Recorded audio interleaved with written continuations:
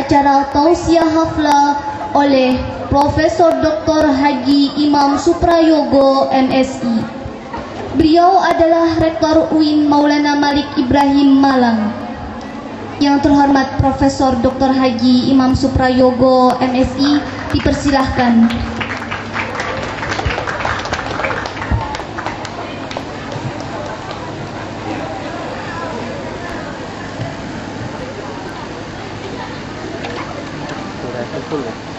Dari tadi full semua aja.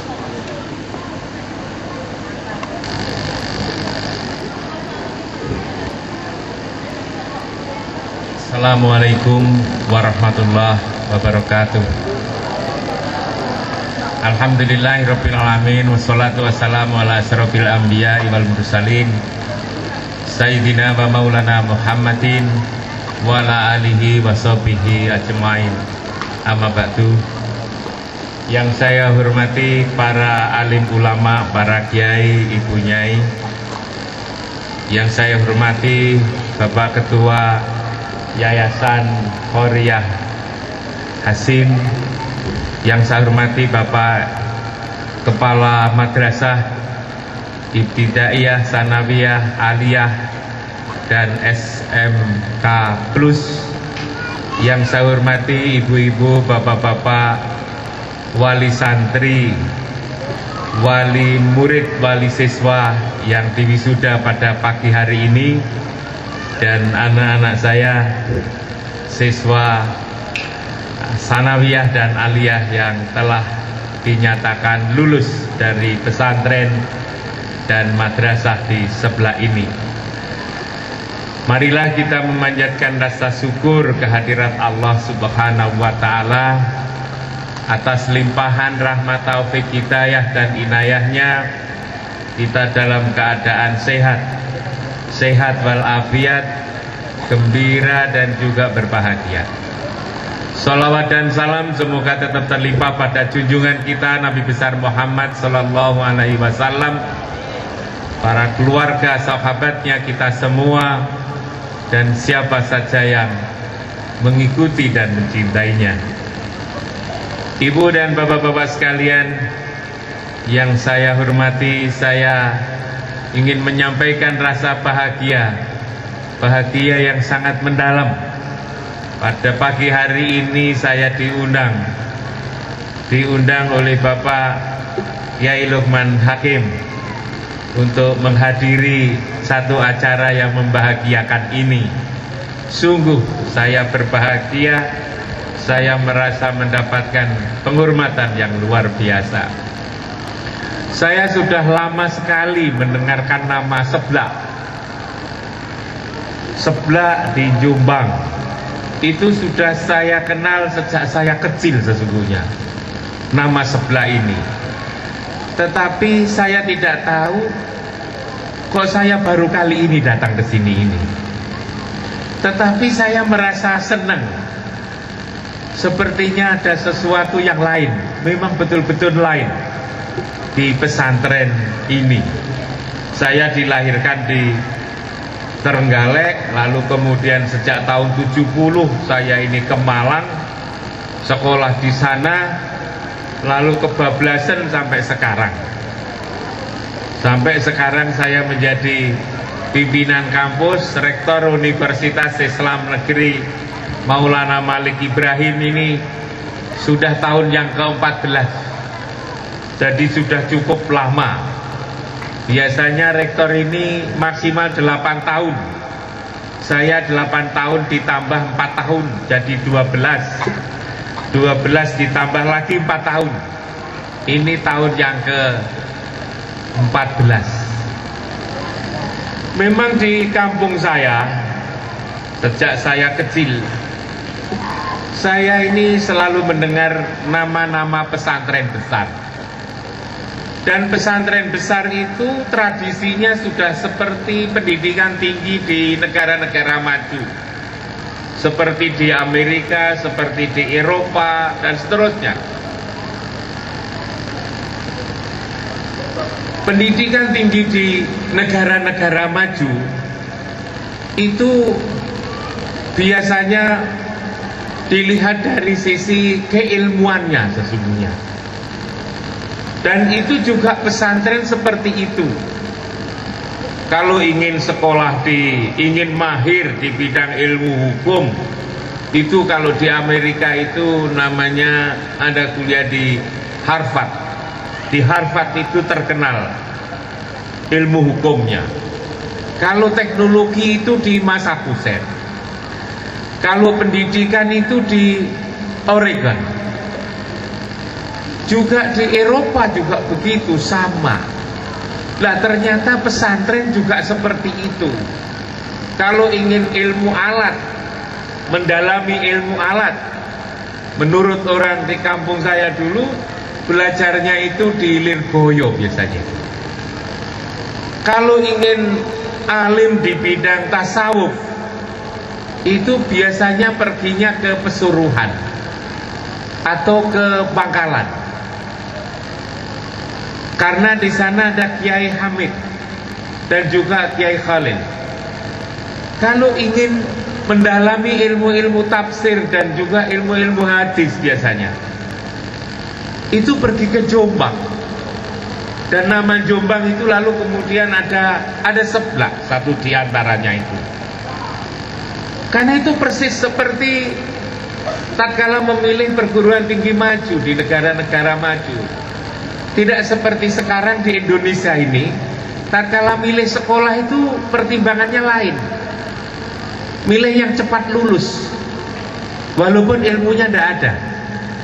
Cepat lulus. Sekolah saja di sana yang ijazahnya cepat dapat. Jadi dapat ijazah. Sekolah di sana saja agar kita bisa belajar di gedungnya yang bagus, gedungnya bagus. Jadi sekolah hanya pertimbangan gedungnya. Bahkan lalu kemudian juga akreditasinya.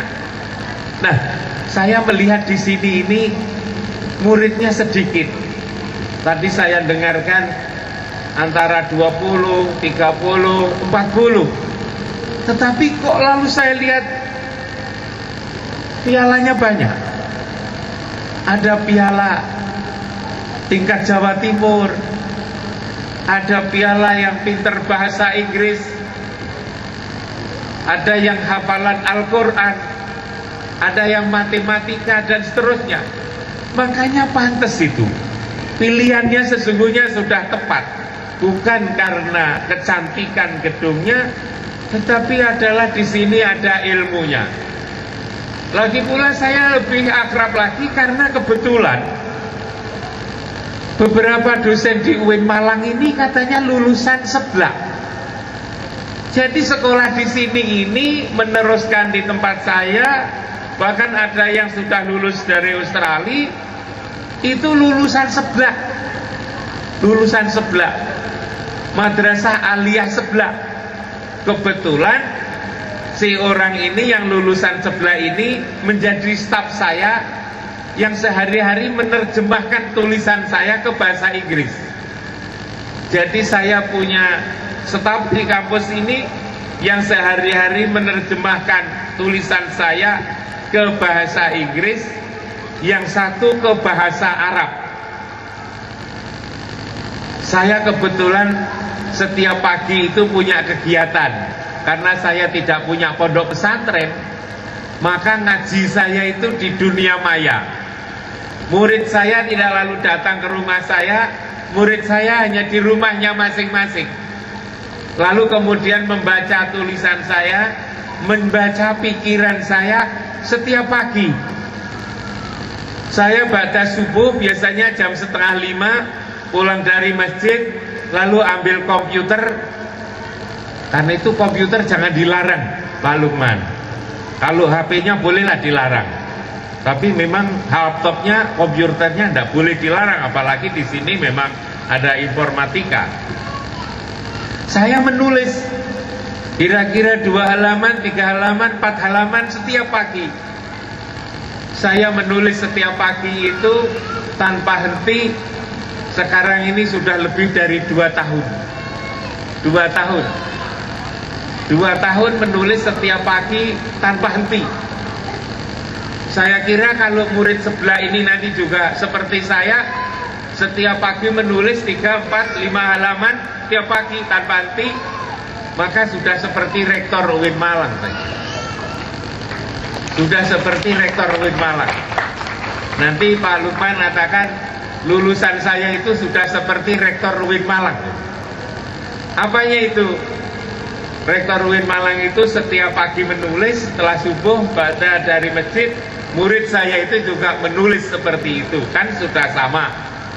Nah, tulisan saya itu saya suruh terjemahkan alumni sebelah ini, namanya Ulfa kalau tidak salah. Lalu kemudian dimasukkan di website saya, dimasukkan di skrip, dimasukkan di Facebook, lalu kemudian dibaca. Karena diterjemahkan bahasa Inggris oleh alumni sebelah, dan kebetulan yang ngurus IT itu, ngurus teknik informatika, yang urusan-urusan website ini, kalau tidak salah namanya Ratna, kalau tidak salah. Ratna ini juga alumni sebelah, jadi serba sebelah. Di kampus saya itu serba sebelah sesungguhnya itu kan. Nah, kebetulan ini ada Mas Hasim ini, Mas Hasim yang katanya juga segera untuk pindah ke sini. Saya ini boleh-boleh saja lah, orang pintar dibawa ke sini boleh-boleh saja. Saya ini dulu pernah lihat Mas Hasim yang duduk di sini, Singosari ini kebetulan hafal Al-Quran. Saya waktu itu masih lihat tidak begitu banyak yang hafal Quran. Saya tanya, si yang hafal Quran itu sudah naik haji belum? Katanya belum. Ya sudahlah kalau gitu dikirim naik haji. Biar Haji Hasim Al-Habib begitu. Nah, lalu kemudian mau dijadikan sebagai salah satu ustadz yang ada di sini ngajarin hafal Quran. Jadi mahasiswa murid-muridnya pinter-pinter, lalu kemudian nyatanya juga sudah seperti itu, berprestasi. Ada satu lagi yang saya amati sejak tadi. Kok murid-muridnya itu yang laki-laki ganteng-ganteng, yang perempuan itu cantik-cantik. Apa lalu memang dipilih begitu?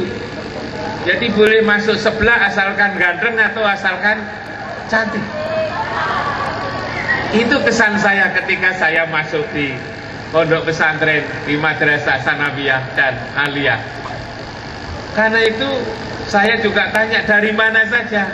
Ternyata ada yang dari Riau, Sumatera, dan juga dari tempat-tempat yang lain. Luar biasa, ukuran kecil tetapi lalu kemudian pinter. Saya lebih menyukai itu daripada jebabah gede gitu. Kalau gedenya wakil wali santri tidak apa-apa, tapi kalau gede dalam ukuran yang lain lalu tidak terurus, saya tidak begitu setuju. Saya juga menerima mahasiswa baru juga tidak banyak, Pak Lukman. Saya menerima murid baru itu hanya 1.500. Hanya 1.500. Tetapi yang daftar itu biasanya 7.000. Yang daftar 7.000, saya pilih itu yang 1.500, 1.600 saja. Dan lalu saya juga meniru tradisi pesantren. Saya meniru pesantren, kampus kami ini saya format ya perguruan tinggi, ya pesantren. Ya pesantren, ya perguruan tinggi. Dan saya setuju sekali di sini ada dibuat kelebihan hafalan Al-Quran, itu memang bagus sekali. Saya menyenangi sekali hafalan Al-Quran ini. Di kampus kami ini tidak kurang dari 10% mahasiswa ikut Hay'ah Tahfidil Quran, lembaga hafalan Al-Quran. Dari 7.200 mahasiswa ada sekitar 836 itu hafalan Al-Quran. Dulu saya itu tidak begitu menyukai orang yang hafalan Quran ini. Jujur saja saya itu tidak menyukai. Kenapa? Saya khawatir kalau anak-anak hafal Quran itu ilmu yang dicari sesuai dengan bidangnya itu terganggu. Bagaimana belajar matematika, rumus-rumusnya begitu susah, kok masih ditambah ngapalin Quran. Belajar biologi, belajar fisika, belajar psikologi, belajar ekonomi, kok lalu masih harus ditambah dengan menghafal Al-Quran. Nanti jangan-jangan hafalnya tidak, ilmu-ilmu kimia, fisika, biologi, psikologi itu juga tidak, sehingga lalu menjadi setengah-setengah. Ini kekhawatiran saya. Ternyata ibu dan bapak-bapak sekalian, setelah saya amati anak-anak yang hafal Al-Quran itu kok malah lebih mempunyai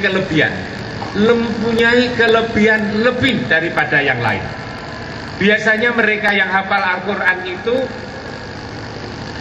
di samping dia ini pinter, cerdas, yang hafal Al-Quran itu di samping cerdas, dia itu akhlaknya juga bagus, dengan guru-gurunya bagus, dengan orang tuanya bagus, dengan teman-temannya bagus. Mereka yang hafal Al-Quran itu jadi sudah pinter, lalu akhlaknya bagus sekaligus pinter. Disitulah lalu kemudian saya rubah pikiran saya. Kenapa saya tidak begitu menyukai? Memang barangkali saya tidak begitu paham, karena saya mulai dari SD, sekolah dasar, sekolah menengah, sekolah SMU, aliyahnya itu SMU, sampai perguruan tingginya itu adalah bidang-bidang umum. Karena itu saya tidak begitu akrab dengan persoalan-persoalan yang terkait dengan itu. Tetapi saya sebagai seorang guru besar, sebagai seorang pimpinan perguruan tinggi, saya harus mengakui kesalahan saya.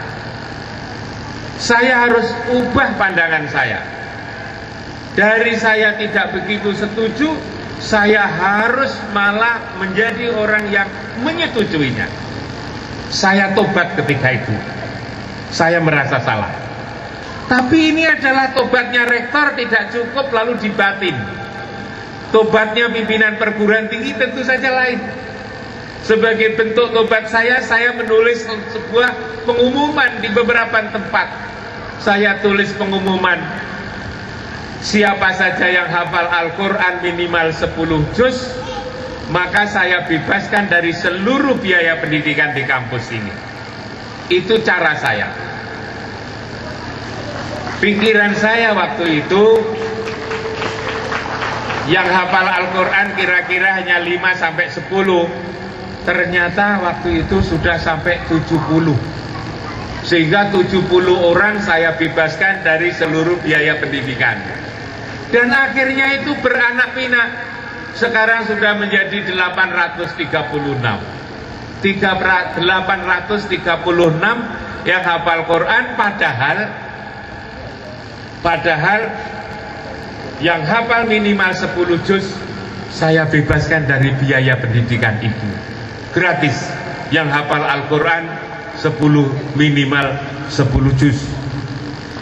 Teman-teman saya mengatakan, ini nanti kalau hafal Quran semua lalu cari uangnya kemana, dia bilang. Kan merugikan yang hafal Al-Quran ini dari sisi finansial. Saya katakan tidak. Rezeki itu dari mana datangnya? Manakala kita melakukan kebaikan, banyak orang yang datang lalu akan menolong kita. Alhamdulillah, sampai hari ini saya tidak miskin. Kampus kami tidak miskin. Kampus kami ini malah tambah besar gara-gara memelihara Al-Quran. Kampus kami ini baru diresmikan tahun lalu itu oleh SBY itu dengan harga kira-kira 450 miliar. Dan sekarang ini saya baru beli tanah 67 hektar. Akan saya mulai bangun kira-kira tahun depan, hitung-hitung kira-kira habis sekitar 1,6 triliun.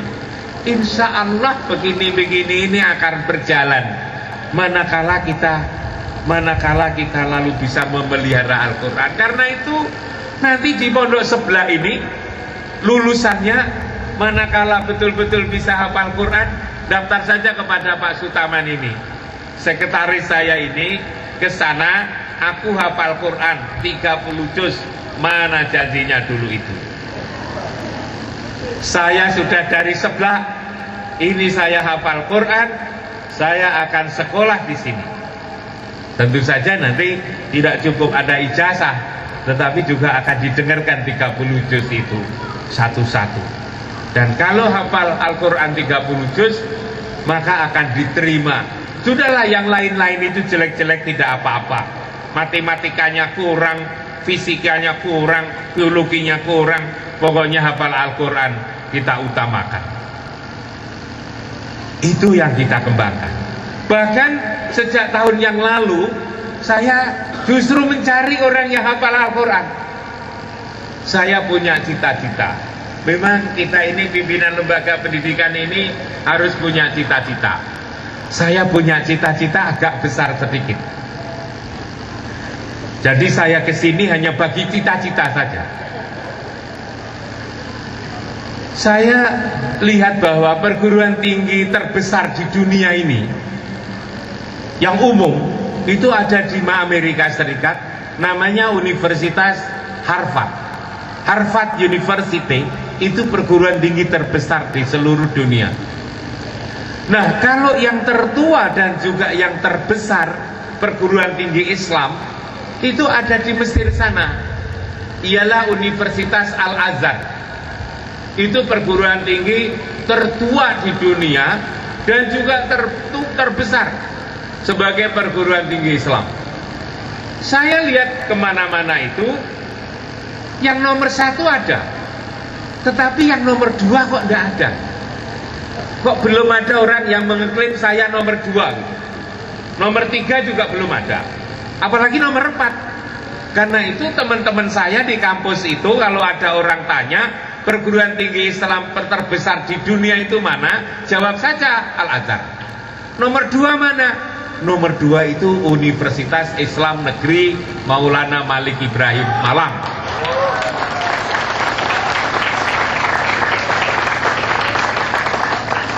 Yang beberapa dosennya itu alumni sebelah.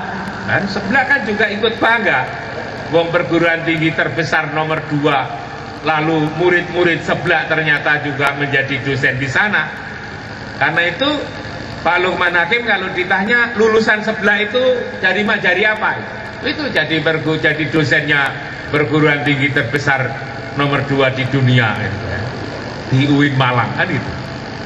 Nah, kalau saya katakan bahwa itu nomor 2, itu seringkali ditertawain orang.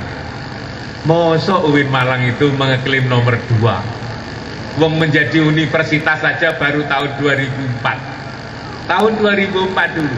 Kok sekarang sudah mengeklaim nomor 2? Saya katakan, mulai nomor 2 itu adalah 25 tahun yang akan datang. Jadi nomor 2 itu tidak sekarang, 25 tahun yang akan datang, bukan sekarang.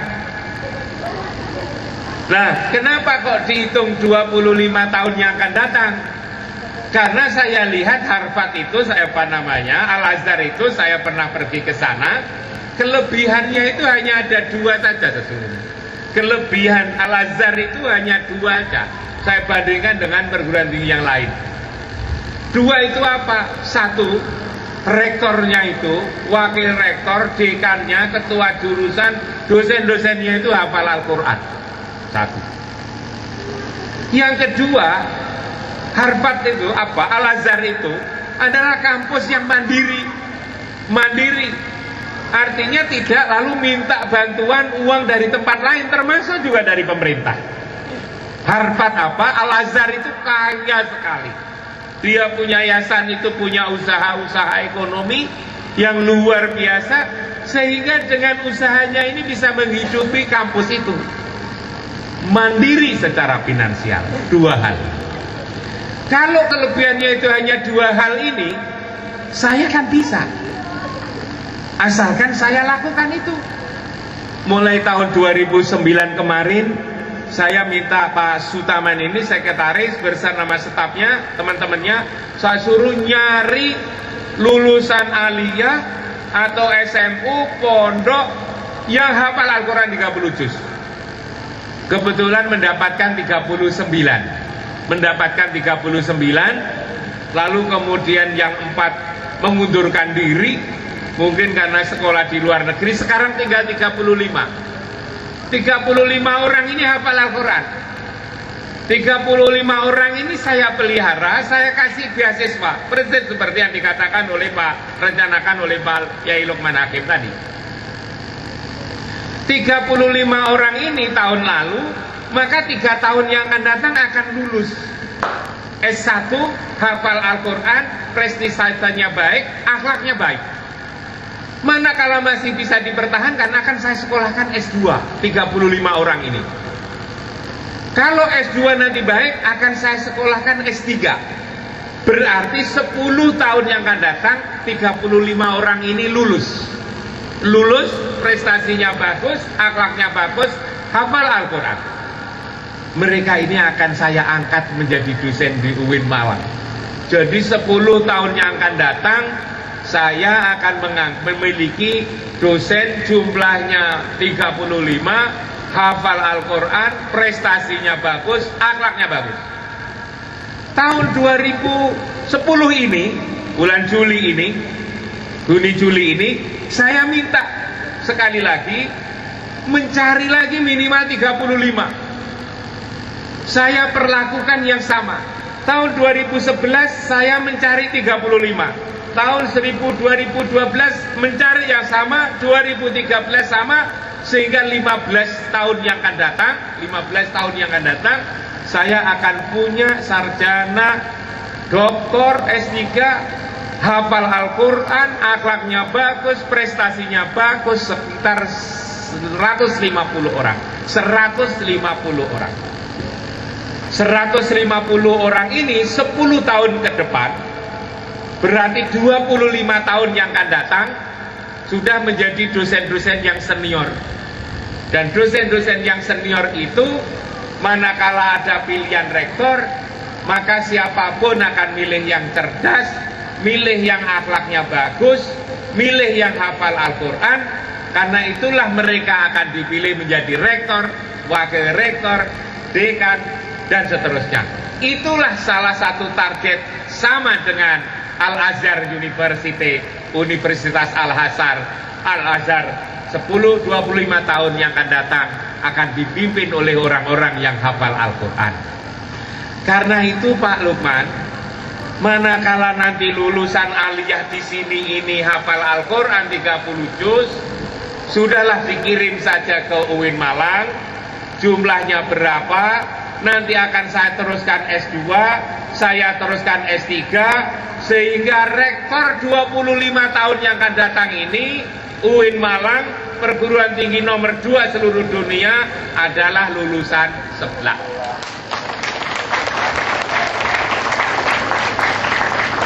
Sekarang belum terlambat, dan sekolah itu tidak usah bayar, malah akan dibayarin. Bayarannya adalah menjadi orang yang baik, menjadi orang yang hafal Al-Quran, menjadi orang yang cerdas. Dan saya kira dengan jumlah ukuran seperti ini, untuk mengejar itu akan bisa, akan mudah. Lalu kemudian kemandirian secara ekonomi, sekarang saya juga telah menyusun usaha-usaha itu. Saya kerjasama dengan Bank Ar-Raji dari Riyadh untuk membiayai usaha-usaha ekonomi yang saya kembangkan. Saya sudah menyusun sebuah proposal, dan saya yakin kalau ada usaha itu selalu ada jalan. Ada jalan. Saya kalau punya kebun saja, di Malang ini, saya sudah menghitung kalau punya kebun kira-kira 10.000 hektar lah, 1.000 hektar. Mempunyai kebun 1.000 hektar. Pak Lukman punya kebun berapa? 1.000 hektar, saya tanami bahan kertas. Saya sudah hitung, kalau mencari uang sekitar 200 miliar setiap tahun itu bisa, Pak Lukman. Karena itu kalau saya punya 5.000 hektar, maka ya tinggal mengkalikan 200 miliar kali 5, maka sudah akan menjadi 1 triliun setiap tahun. Artinya lalu kemudian bisa mandiri seperti itu. Memang usaha-usaha pendidikan seperti yang dikatakan oleh Ibu wali siswa, wali santri dari Riau itu tidak bisa lalu kemudian sebentar, tidak bisa. Itu memerlukan waktu yang lama dan perlu usaha yang sungguh-sungguh.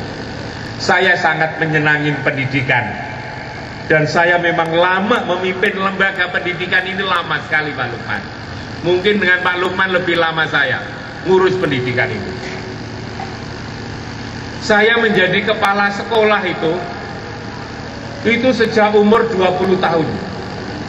Karena ayah saya itu di Trenggalek sana ini kiai kecil-kecilan gitu, tidak kiai besar seperti di sini. Kiai kecil-kecilan, biasanya kiai kecil-kecilan itu kan punya madrasah, punya pesantren kecil-kecilan.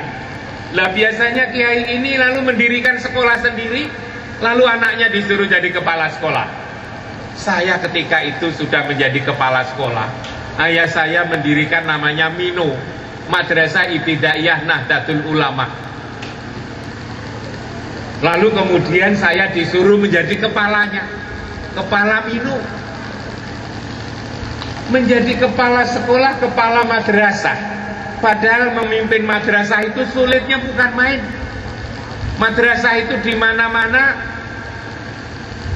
mempunyai ciri yang khas madrasah. Cirinya itu tahan hidup. Tahan hidup madrasah itu. Tidak pernah ada madrasah mati. Tahan hidup, tetapi sukar maju. Tahan hidup, sukar maju. Nah itu sekolah saya waktu itu. Kaya masalah. Tahan hidup, sukar maju, kaya masalah. Saya punya semangat. Saya ketika Ibu tadi mewakili wali santri pidato itu, saya lihat senang sekali. Semangat dia, semangat sekali. Saya yakin di Riau sana sekolahnya akan maju. Saya seperti itu. Sehingga madrasah saya tidak kena ciri itu. Madrasah saya itu ya maju, ya masalah ada tetapi tidak begitu banyak, ya tahan hidup. Lalu beberapa tahun kemudian saya tinggal ke Malang.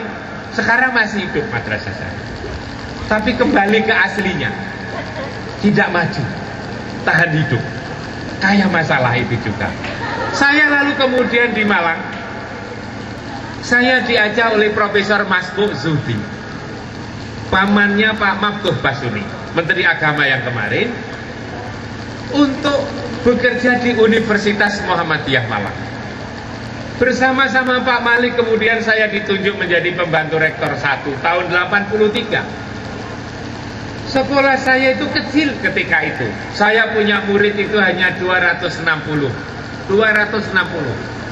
Lalu kemudian berkembang, 13 tahun kemudian mahasiswa saya beranak pinak menjadi 23.000. Dari 260 menjadi 23.000. Saya ketika itu waktu diajak oleh Pak Masbuk Zuhdi, pamannya Pak Maftuh Basuni, saya minta izin kepada ayah saya. Apa boleh saya diajak kerja di Universitas Muhammadiyah Malang? Ayah saya katakan, kenapa tidak boleh? Kamu ini tugasnya anak saya itu kan hanya satu, dia bilang. Apa bah? Di mana saja, kapan saja, asalkan kamu itu selalu mengajak untuk mengucapkan kalimat thayyibah la ilaha illallah, cukup, dia bilang. Jadi tugas saya dari ayah saya itu adalah satu, mengajak mengucapkan kalimat thayyibah la ilaha illallah, katanya cukup. Lalu yang kedua sebagai tambahan, ayah saya itu sebagai tambahan, di mana saja kamu harus membuat masjid. Kalau kamu kaya, buatlah masjid yang gede. Kalau kamu itu miskin, ya buatlah masjid yang cocok untuk orang miskin, kecil, katanya. Kalau kamu memang lebih miskin lagi, cobalah kalau ada orang membuat masjid dibantu pakai uang. Tapi kalau kamu tidak punya uang, kamu punya tenaga, bantulah pakai tenaga. Tapi kalau kamu miskin, saya juga tidak apa-apa punya anak miskin. Miskin tidak menghambat, tidak jadi hambatan untuk masuk surga. tapi kamu jangan lupa jadi isen-isene masjid. Jadi kalau sudah tidak bisa membuat masjid, tugasnya itu adalah menjadi isen-isene masjid. Saya kira kan juga begitu Pak Lukman, santri-santri kita ini membuat masjid yang besar. Kalau tidak bisa buat masjid yang besar, membuat masjid yang kecil. Kalau tidak bisa buat yang kecil, ya bantulah orang membuat masjid. Kalau umpama tidak punya apa-apa, jadilah para alumni ini isen-isene masjid. Begitu ada adzan subuh, datang ke sini. Atas dasar nasihat itu saya kerja baik di kampus Universitas Muhammadiyah Malang. Lalu tahun 86 yang mahasiswanya sudah 23.000, saya berhenti karena mendapat tugas memimpin Sekolah Tinggi Agama Islam Negeri Malang. Kembali ke perguruan tinggi yang kecil lagi itu, Fakultas Tarbiyah Setain Malang kecil, muridnya sedikit, gurunya juga sedikit. Saya punya guru itu hanya 43 orang, sudah tua-tua, tidak seperti guru-guru di sini punya seragam.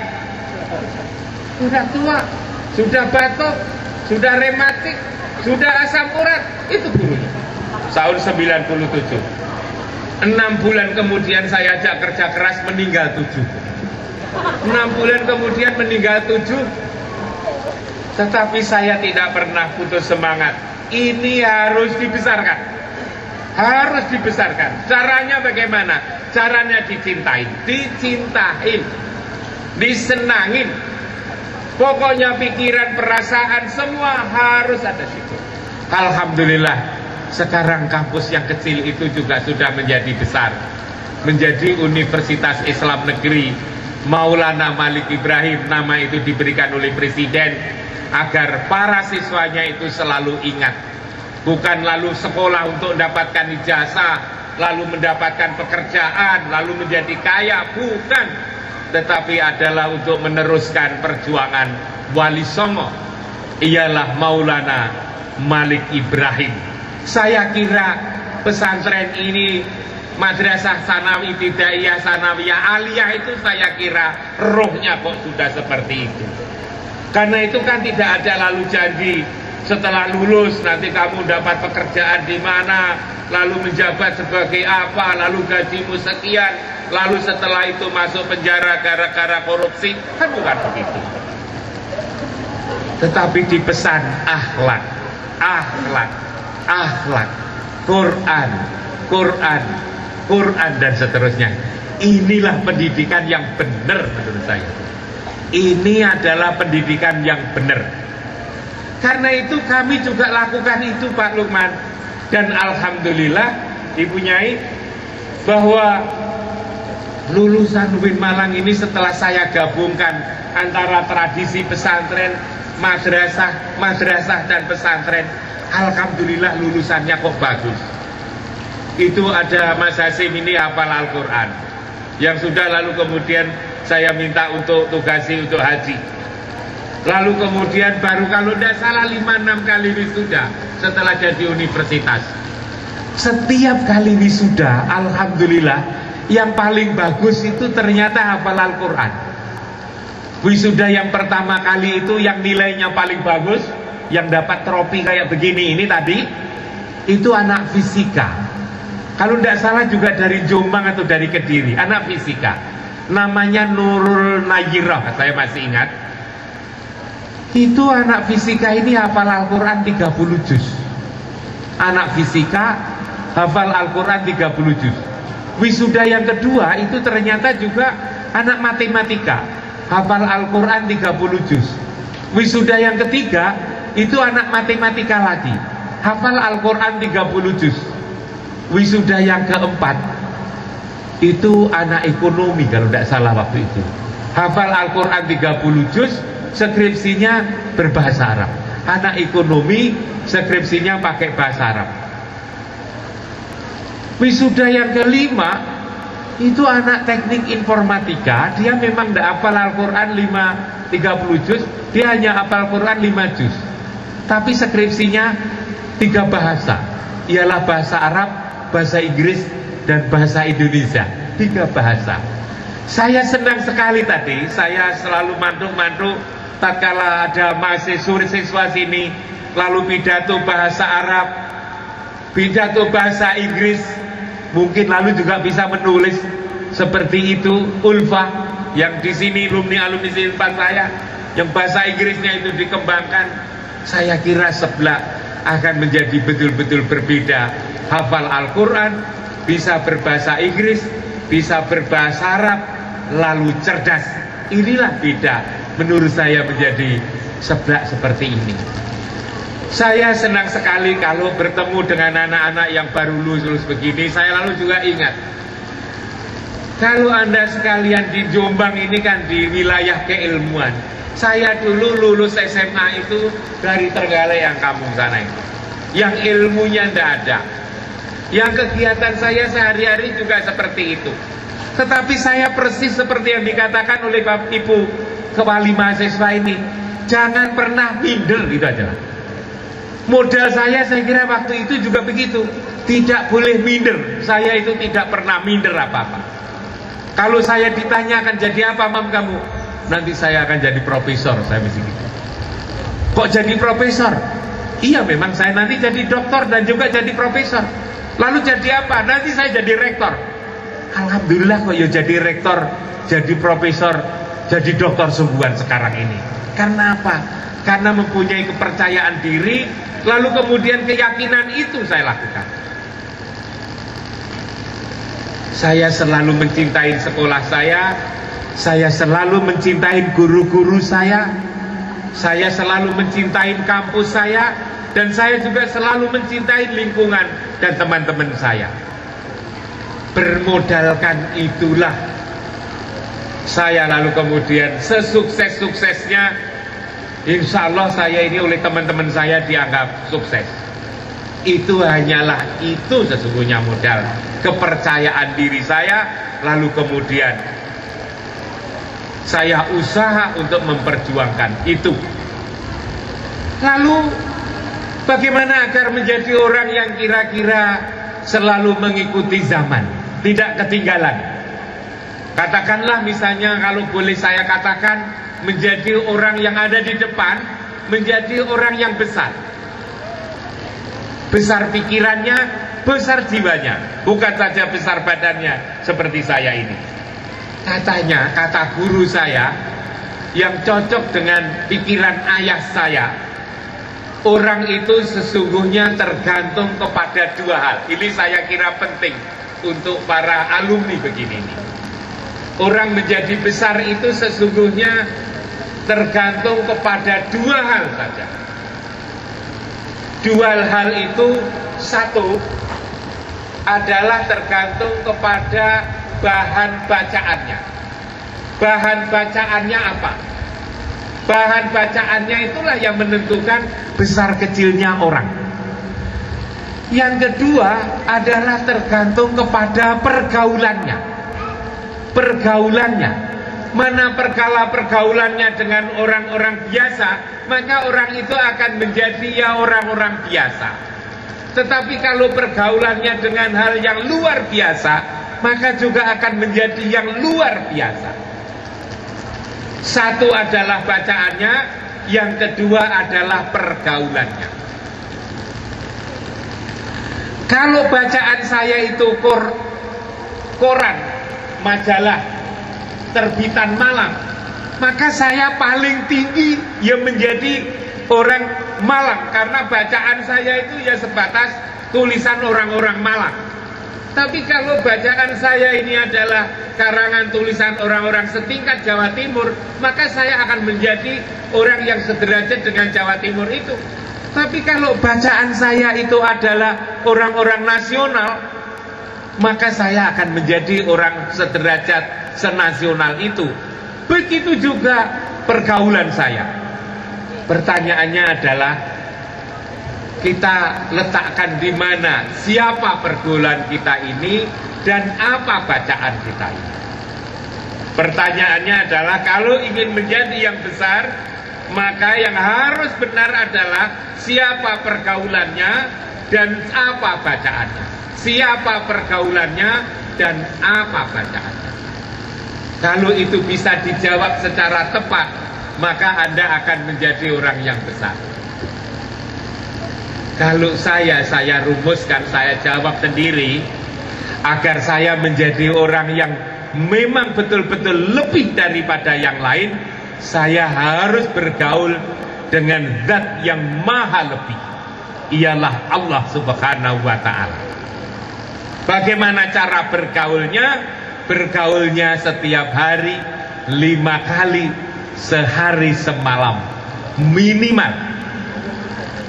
Dan agar itu khusyuk dan agar itu memberi lebih manfaat bagi yang lain kehidupan ini, jangan dilakukan sendiri-sendiri. Dilakukanlah di masjid. Dilakukanlah di masjid, itu akan lebih khusyuk. Saya di kampus ini selalu mengajak untuk berjamaah. Maksud saya apa? Maksud saya agar saya selalu bergaul dengan zat yang maha kuasa di masjid. Ini penting sekali, saya kira santri seblak menjadi pelopor. Sebab apa? Sebab bangsa Indonesia itu baru menyukai membuat masjid, tetapi belum menyenangi menggunakan masjid. Masjidnya begitu banyak, tetapi jamaahnya biasanya terlalu sedikit. Azannya ada di mana-mana, di speaker itu kalau pagi jam 4 pagi, tetapi jamaahnya biasanya tidak ada sepertiga, bahkan juga seperempat pun tidak ada. Kalau ini bisa digerakkan oleh murid-murid sebelah, alumni sebelah, maka akan menjadi prestasi luar biasa. Itu pergaulannya. Lalu bacaannya apa? Ya jangan membaca bacaan yang dikarang oleh orang. Jangan membaca saja buku-buku yang hanya masih meragukan, bahkan di situ banyak kekurangan. Bacalah buku kitab yang tidak diragukan lagi kebenarannya setiap hari, ialah Al-Quran. Manakala kita selalu bergaul dengan zat yang maha kuasa, manakala kita selalu membaca setiap hari Al-Quran, maka insya Allah kita akan menjadi orang yang ada di depan. Ini saja menurut saya yang perlu dikembangkan, dan saya setiap hari lakukan itu. Orang seringkali hanya sekadar menulis skripsi, menulis tesis, menulis makalah, mencari judul saja susah. Mencari judul, sudah ketemu judulnya, kadang-kadang begitu. Wong judul kok masih dicari. Tetapi kalau kalian dekat dengan Allah, kalian selalu membaca Al-Quran, maka sebatas judul yang ditulis itu adalah mudah sekali. Setiap pagi saya membuat judul tulisan, dan setiap pagi judul itu saya tulis, lalu saya masukkan di website saya, di Facebook saya dengan alamat imamsuprayogo.com. Karena itu, kalau kalian ingin menjadi mahasiswa saya tanpa bayar, menjadi mahasiswa saya setiap pagi sama dengan kuliah di kampus saya, maka setiap pagi bacalah tulisan saya yang ada di website atau di Facebook saya itu. Nanti kalau ditanya orang, kamu setelah lulus itu jadi muridnya siapa? Itu muridnya Profesor Imam, Rektor UIN Malang. Kuliahnya kapan? Setiap pagi. Di mana itu? Di dunia maya. Di dunia yang bisa dibaca sendiri-sendiri di rumah. Kapan lulusnya? Setiap hari lulus. Lalu kemudian prestasinya apa? Dengan mengamalkan Al-Quran, saya nanti akan dibiayai kalau kuliah di UIN Malang. Bahkan saya akan dijadikan rektor kalau saya nanti hafal Al-Quran, lalu lulus S3 di sana. Karena itu kamu ke depan jadi apa lulusan sebelah? Cita-cita saya satu diantaranya adalah jadi rektor UIN Malang, UIN Maulana Malik Ibrahim Malang. Apa tidak bisa ditawar? Tidak. Saya juga begitu, saya selalu mengajarin bahwa kalau UIN Malang akan menjadi perguruan tinggi nomor 2 seluruh dunia, Maka yang tersinggung itu adalah UIN Jakarta dan UIN Jakarta dan UIN Yogyakarta. Pak Komarudin Hidayat, Profesor Komarudin Hidayat, sama Profesor Amin Abdullah, Rektor UIN Yogyakarta itu tersinggung. Mosok UIN Malang akan jadi nomor 2. Lah saya Jakarta itu nomor berapa? Jogja itu nomor berapa? Lalu saya kasih tempat. Ya sudahlah, saya tidak akan melampaui Jakarta dan Jogja, tapi saya juga tidak ingin bergeser dari nomor 2. Karena itu Jakarta nomor 1A, Yogyakarta nomor 1B, saya nomor 2. Anda juga begitu.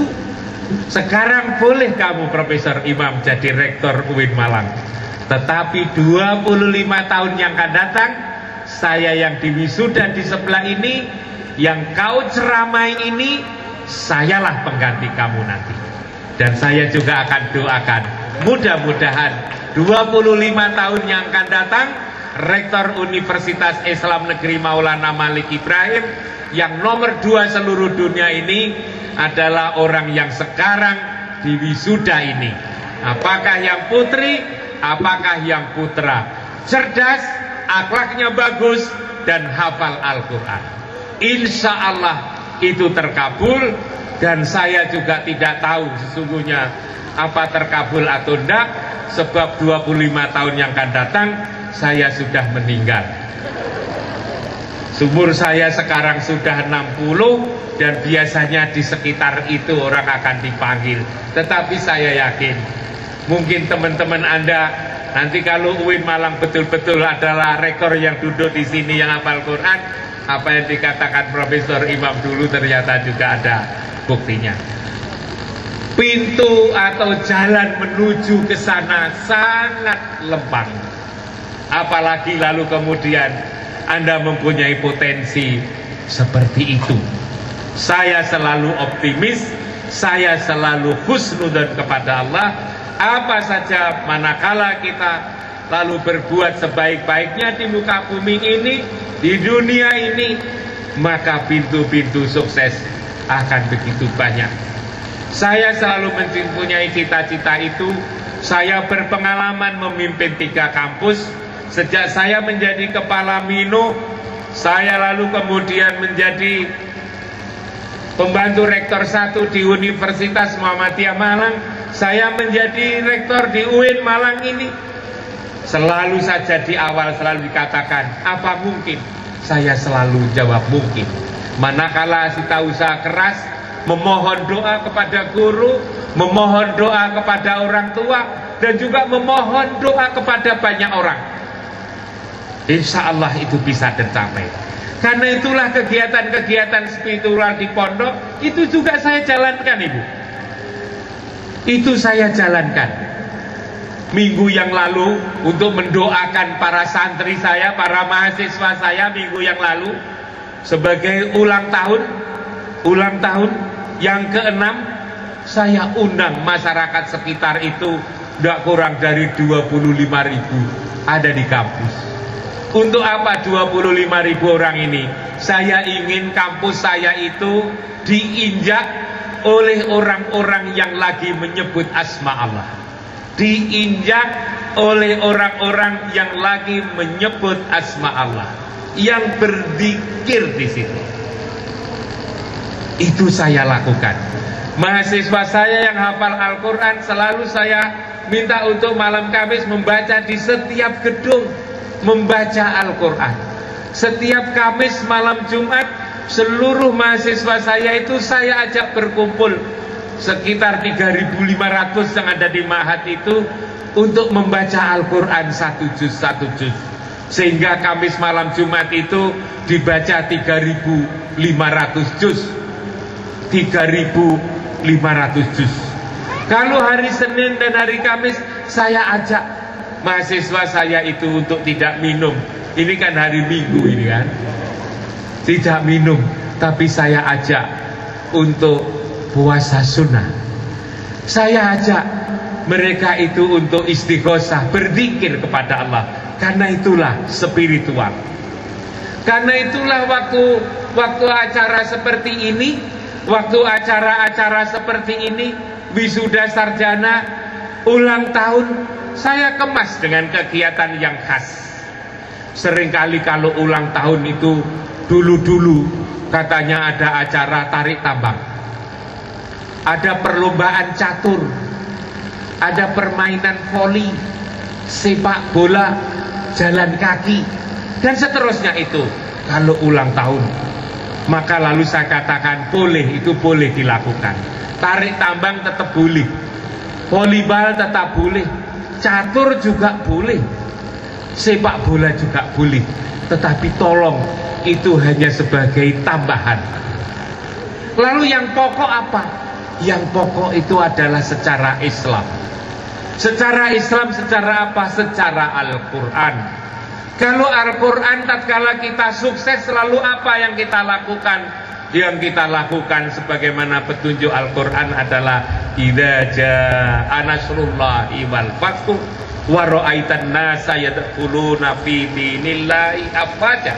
Tatkala pertolongan Allah telah datang dan kita telah mendapatkan kemenangan dan telah banyak orang yang mengikuti secara berbondong-bondong, masuk kampus, masuk sekolah, madrasah, pesantren ini sudah begitu banyak, termasuk dari Riau, dari tempat-tempat yang lain.